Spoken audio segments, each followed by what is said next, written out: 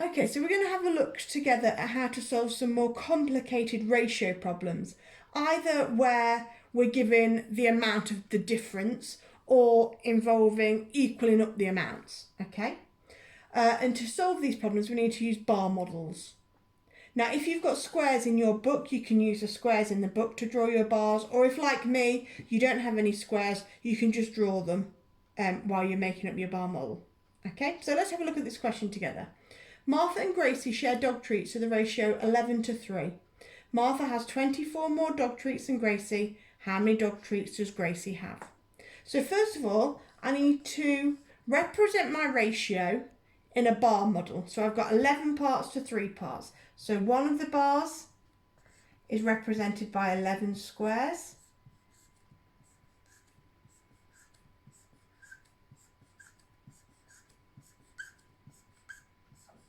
Okay, and the other one is represented by 3 squares.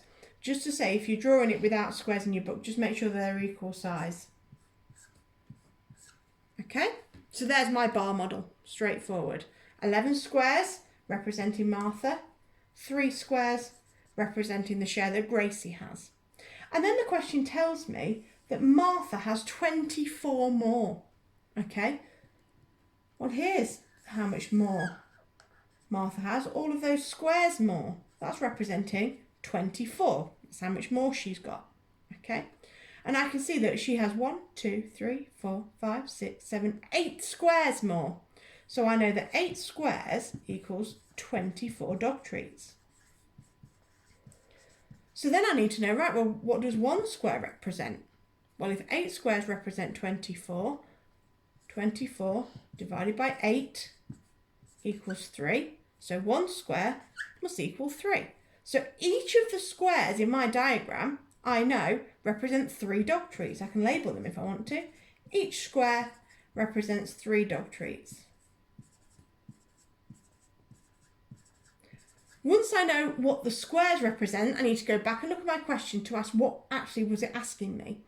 So it said, how many dog treats does Gracie have? That's the question. Well, Gracie had 3 boxes. Each box equaled 3 dog treats. So in total, Gracie had 9, because 3, lots of 3, is 9. Okay, let's have a look at one more question together. Tristan and Connor share marshmallows to the ratio 1:7. If Connor gave Tristan 6 marshmallows, they would have the same amount. How many marshmallows do they have in total? So again, I'm going to just draw my bar model. 1.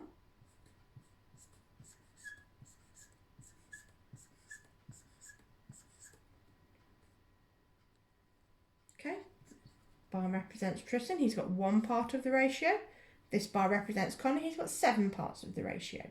Okay, now this question is equaling the amounts up together because it's saying if Connor gave Tristan 6 marshmallows, they would have the same amount. Okay, so coming to my bar model, here it is. I need to first of all figure out, right, well, how many squares would Connor need to give to Tristan for them to have the same number of squares? Well, take 1 off Connor's, put it on Tristan. No, they still don't have the same amount. Do another one. Give it to Tristan. No, they still don't have the same amount. Take up another one. Give it to Tristan. Now they do. So Connor would need to give Tristan 3 boxes for them to have the same amount. Well, I know that Connor gave Tristan 6 marshmallows and they had the same amount. So those 3 boxes must equal 6 marshmallows. Okay? So if those 3 boxes equal 6 marshmallows, then 1 box must equal 2, because 2, 4, 6. 6 divided by 3 equals 2. The question says, how many marshmallows do they have in total? Right, well, I've got 8 boxes here. They had 8 boxes, didn't they? 1 part and 7 parts is 8. Well, if 1 box equals 2, and they have 8 boxes,